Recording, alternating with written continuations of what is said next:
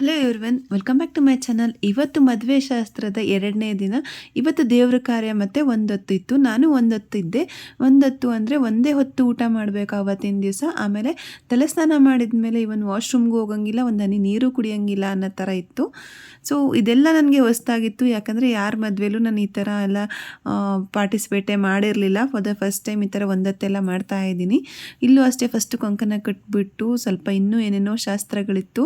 ಈ ಥರ ಉಡಿ ತುಂಬೋದು ಅಂತ ಹೇಳ್ತಾರೆ ನಮ್ಮ ಕಡೆ. ಈ ಥರ ಅರಿಶಿನ ಕುಂಕುಮ ಎಲ್ಲ ಕೊಟ್ಟು ಉಡಿ ತುಂಬ್ತಾರೆ. ಇದಾದಮೇಲೆ ಊರಲ್ಲಿರೋ ಎಲ್ಲ ದೇವಸ್ಥಾನಕ್ಕೂ ನಾವು ಹೋಗಬೇಕಾಗಿರುತ್ತೆ.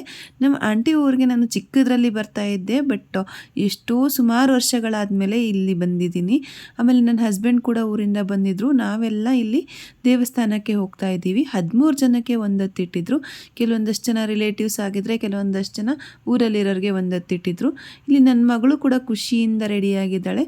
ನೋಡ್ತಾ ಇರ್ಬೋದು, ಮದುವೆ ಹುಡುಗಿ ಈ ಥರ ಆರತಿ ಇಟ್ಕೊಂಡು ಮನೆಯಿಂದ ಆಚೆ ಬರೋದು.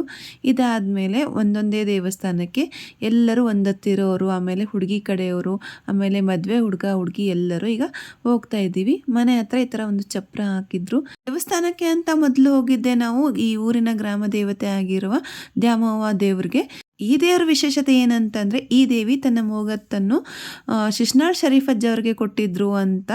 ನೋಡ್ತಾ ಇರ್ಬೋದು ಎಷ್ಟು ಲಕ್ಷಣವಾಗಿದೆ ಈ ದೇವಿ. ಬಟ್ ಎಲ್ಲರೂ ಹೇಳೋ ಹಾಗೆ ಈ ದೇವ್ರನ್ನ ನಾವು ಜಾಸ್ತಿ ಹೊತ್ತು ನೋಡಬಾರ್ದು ಅಂತ ಹೇಳ್ತಾರೆ.